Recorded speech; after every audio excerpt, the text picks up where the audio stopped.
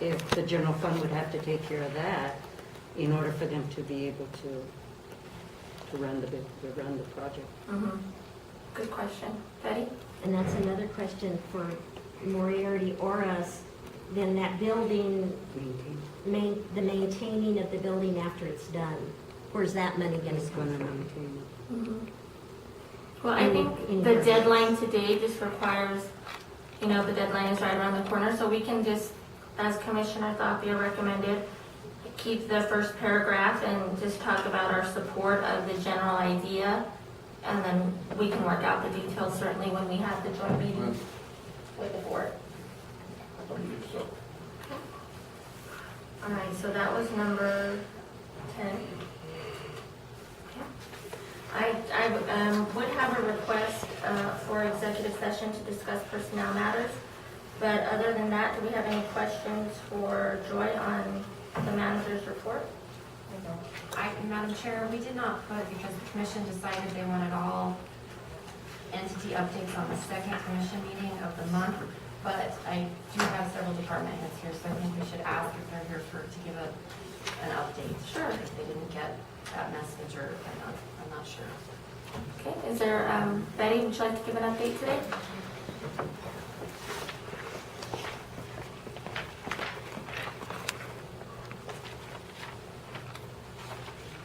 Thank you, Madam Chair and Commissioners and Manager. As you all know, the Senate Bill 145, which would have changed our property taxes a lot if it had gone through and it never made it into a committee in the House after it passed the Senate. So that puts us back on a day-to-day watch if the appellate court in Bernalillo County finally makes a decision on the cases before them concerning tax lightning in Bernalillo County as to their decision.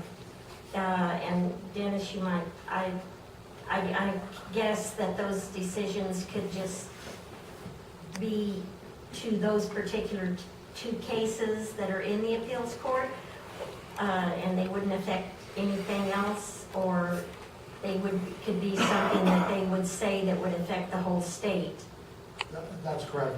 That is one of the issues that the appeals court's looking at, is whether or not the decision will be specific to the properties or whether it will be broader and an overarching decision. So everyone's waiting with bated breath to see what they do. Right. Because that could affect us drastically. And if the appeals court chooses to do nothing, or at this point, because they have forever, right, to make a decision, they don't have any time limits, is that There's no correct? time limits. Okay, and so they may say, well, we'll give it a try again, because in the 60-day session, the tax lightning bill could come up again. So either way, we need to be prepared that it will affect the property tax. It will affect them, and the little bit of things we have looked at, and based on what Senate Bill 145 wanted to do, that it would affect us in a more negative light than it would a positive light. And plus just the time it would take us to do it, and the lack of manpower to do it, that would put a strain on our budget as well, to be able to meet any mandated timeframes, whether we're looking at this year with the appeals court maybe, or next year in the Senate, because this is not going to go away until it's straightened out. And with the speaker now retiring, there may be even some more going on, because he has always been in, with the 3% cap on the property, there could be a lot of things that will happen that we don't know yet. So I don't like to preach doom and gloom, but I just want us to all be aware of that, and we need to watch our dollars and cents, because we don't know, we don't know what's going to happen that we won't have any control over as far as that goes. And but otherwise, we're getting ready to, we saved again another $2,000 in our mailing with our notices of value. It is an out-of-state company, unfortunately, but to do what we need to do and to have envelopes in stuff multiple accounts in one envelope and insert any additional information, that they're the only ones that, I don't have anybody here in New Mexico that has come forward that can do that for us. So, but we are looking at that, and that was a $2,000 saving, and I think, in we have dropped our mailing costs on that too, so that's good. And other than that, we're just trying to move along and trying to figure out how we're gonna handle all of the other issues that we'll have. And I just wanted you all to be aware that we don't know when and if something will happen that will, like I've already explained, so, but thank you. You got any questions? That's, okay.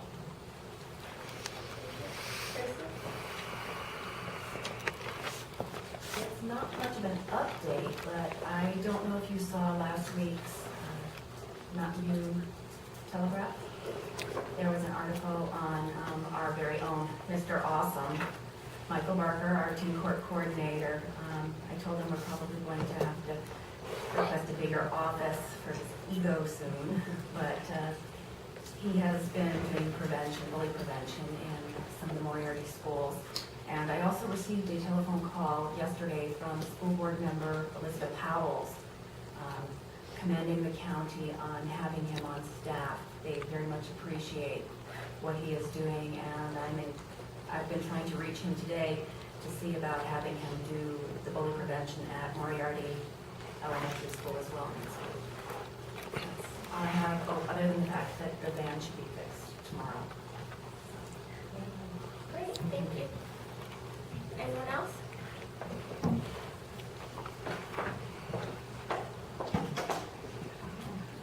Go ahead. You were up here once.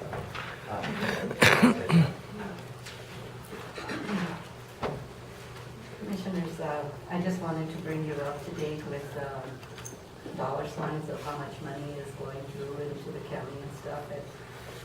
I do email you a report every month, and that way you guys can keep up with it. I'm still available in my office anytime that you have questions.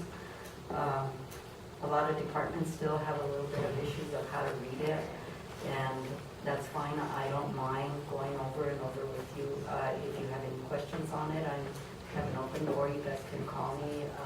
I can sit down with you again with the report. This report is from the end of January after our tax collections.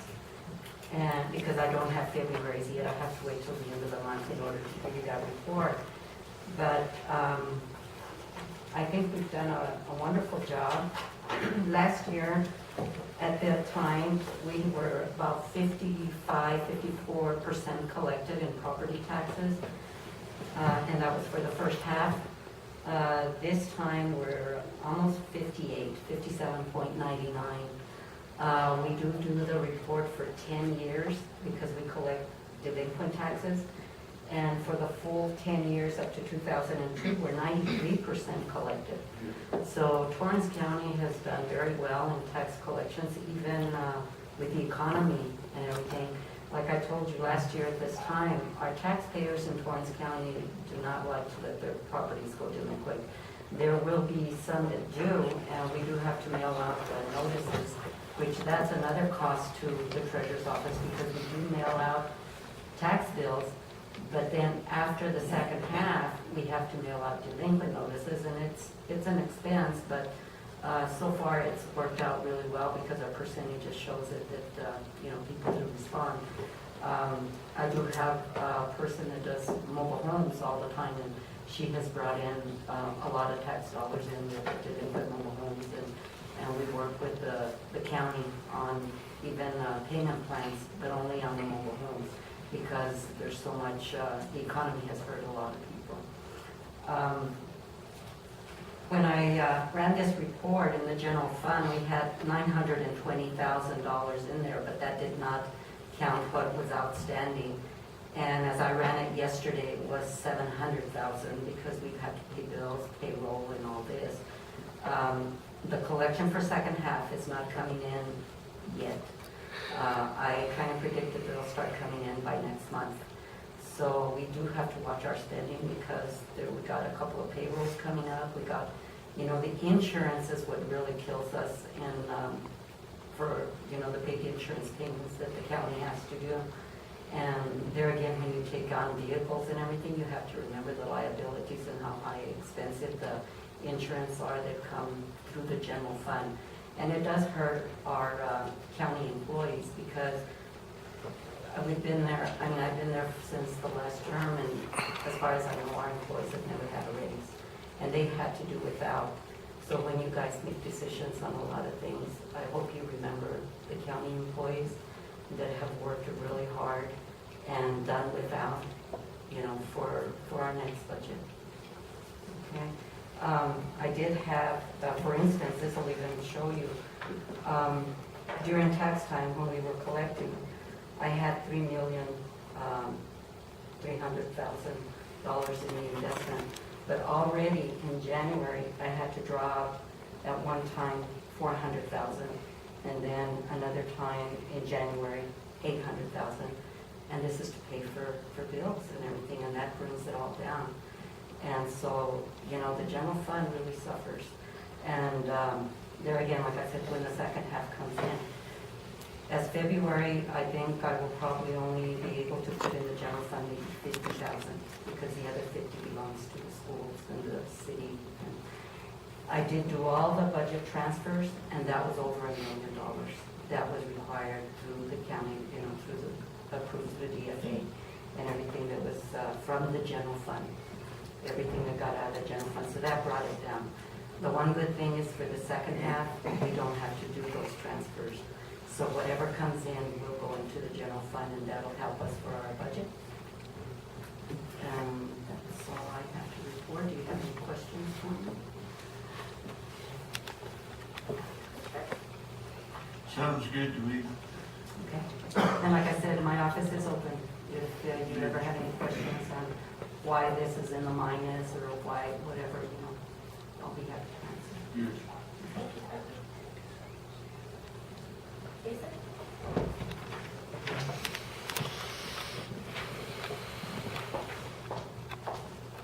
Good afternoon again. Updates, the explosives lab south of Estancia, we're still dealing with all the chemicals down there. They've been secured. They're still on the property in the Connex box. We're gonna attempt to get it moved. We've got a couple quotes to get it cleaned up. I think the lowest one is 28,000. So we're still sitting on those chemicals, which we need to get moved before somebody gets into them or gets hurt by them. All the departments are gearing up for another long wildland season that's picking up bad grass fire season this spring. District 2 and 3 are in desperate needs of brush trucks. Both of them are down at the moment. District 2 is responding to a call on 285 to help with an MCI and blew the transfer case on theirs. District 3's it got wrecked years ago and hasn't been replaced yet. District 2 is currently in the process of building their meeting room / bathrooms in their second substation, which once is done, I'll have the state fire marshal's office down here to inspect so we can get second meeting status for that department as well. District 4, we're still working on their tankers.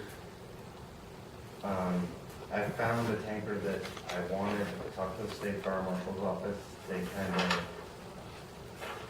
shot me down on it because it's only a 2-wheel drive in the area. We were going to sacrifice the 4-wheel drive for the 2-wheel drive so we could get it quicker. But we're researching other tankers. So meanwhile, District 3 has 3 different tankers. I'm going to go ahead and move a 2,500-gallon tender over to District 4 for the upcoming wildland season so we can have the water there. District 5 is looking into getting a new fire engine. Their Type A engine is early 90s model. It's really been beat up. So they're looking at different avenues on that.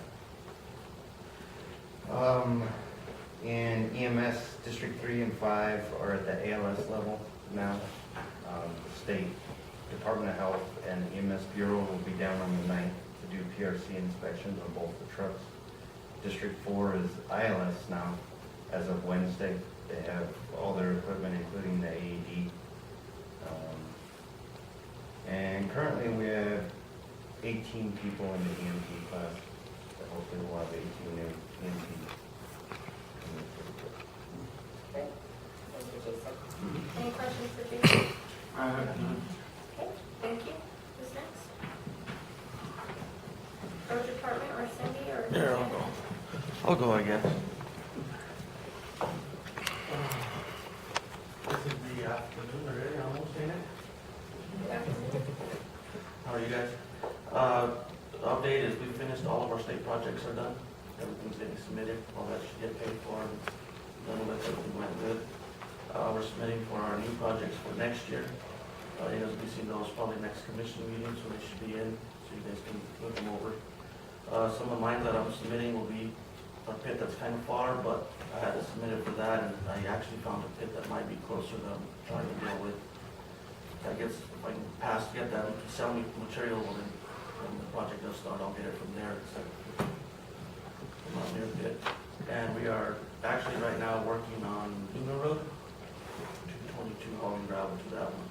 And it's getting hauled from the penny mill pit, so we're hauling it from. Other than that, everything's been going pretty good. Most of the guys got most of the roads pretty caught up, so we're working on a bunch of cattle guards, signs. We had a meeting with the guy on the dam on Mexico. I forget what the name of it is. Mescalero Dam, I don't know where that came up. Is Luna Road, I'm trying to picture it, and Pettigill Pit, that's a pretty long haul, isn't it?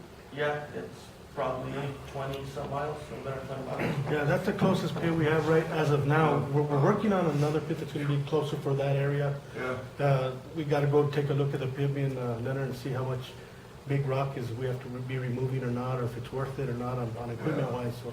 But as for right now, that's the closest one we've got for now. And we have finally gotten some material out of that pit that you have been very It's really, pleased with. yeah, it's really good. The public loves it, so, you know, and it's holding up real good in the weather, so.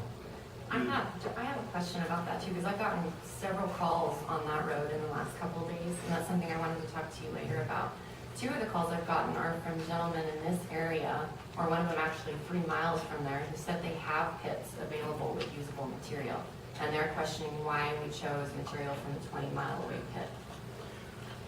I don't know who's pit, who has a pit close by there. I mean, we've never gotten anything closer than that, so I mean, the other pits we have used a long time ago are real sandy material, don't hold up. The material just doesn't hold up.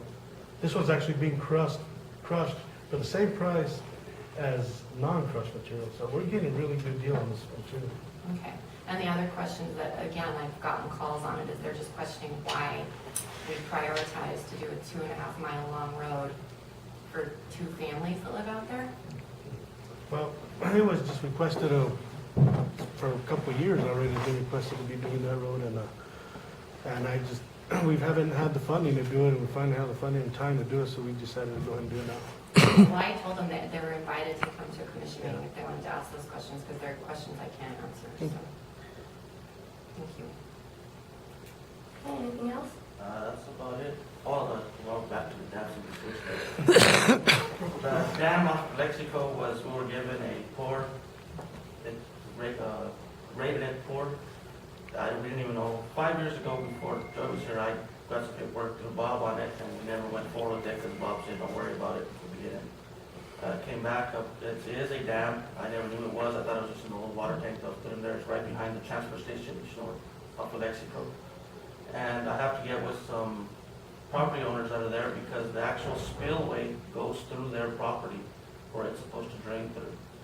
So for us to bring it up to where it'll pass, we have to fill in a few holes, haul a little bit of material, pull out some trees, some vegetation. I have to get hold of property owners, I have to clean all the spillway out, take all the trees, everything that's in that out of the way. And once we do all that, they said that it should pass, because it is a pretty good dam. It was built by a contractor years ago that's Just no date, we don't know when exactly it was built. What kind of,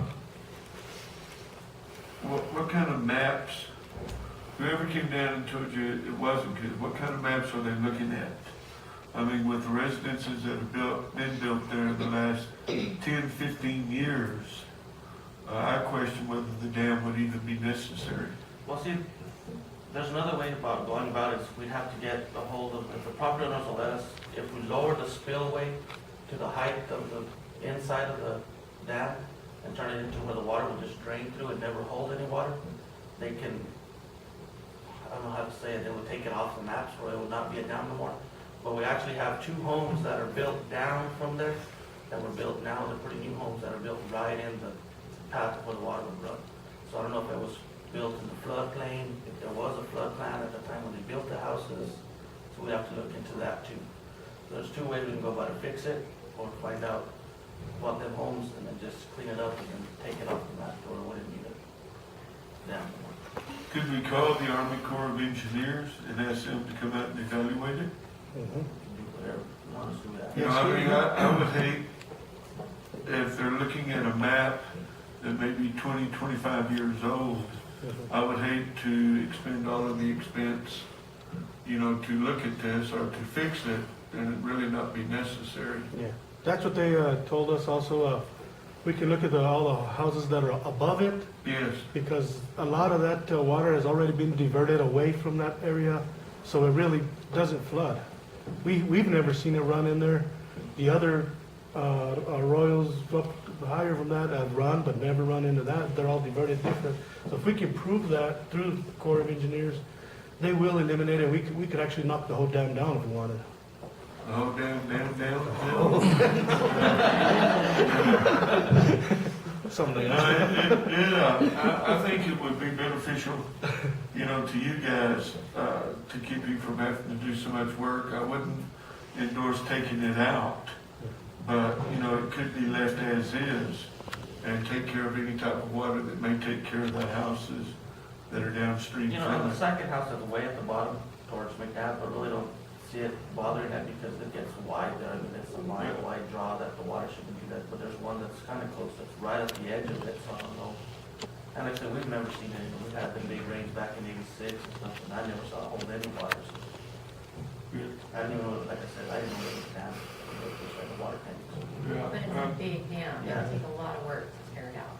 Yeah, well, all we have to do to get rid of it is lower the spillway, and if we can put that into the front of the dam and fill it in higher, and make 2 cutouts through it instead. Just cut 2 spaces where the water will go through it, and we don't have to worry about it.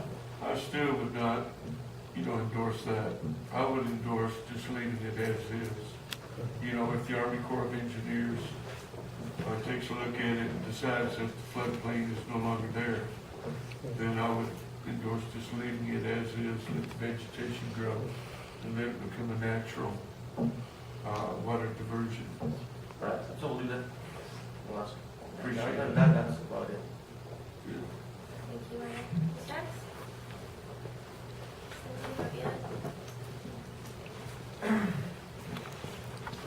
First of all, I wanted to see it calls for a signature of counsel, or legal counsel for this MOA. And should I get it signed right away? Oh, okay. I wasn't sure, because just signed and mail. So then I'll be ready to sign after the meeting, I'll be ready to mail. Okay, good enough. Just wanted to be clear on that. I don't know, Javier, is there anything in it for me if I sign off on this? And also, up here, Do I get to be first in the line for the vaccine? Yeah. As far as an update goes, we had a real nice OEPC meeting last week. Real nice collaboration between myself, BMW Gas, CNIUC, and down in Estancia. Also, trying to coordinate a meeting with the Volunteer Association, 35 members that I've attracted to try to be members here in Estancia. Probably won't be until next month because I'd like to put something in the town newsletter as well.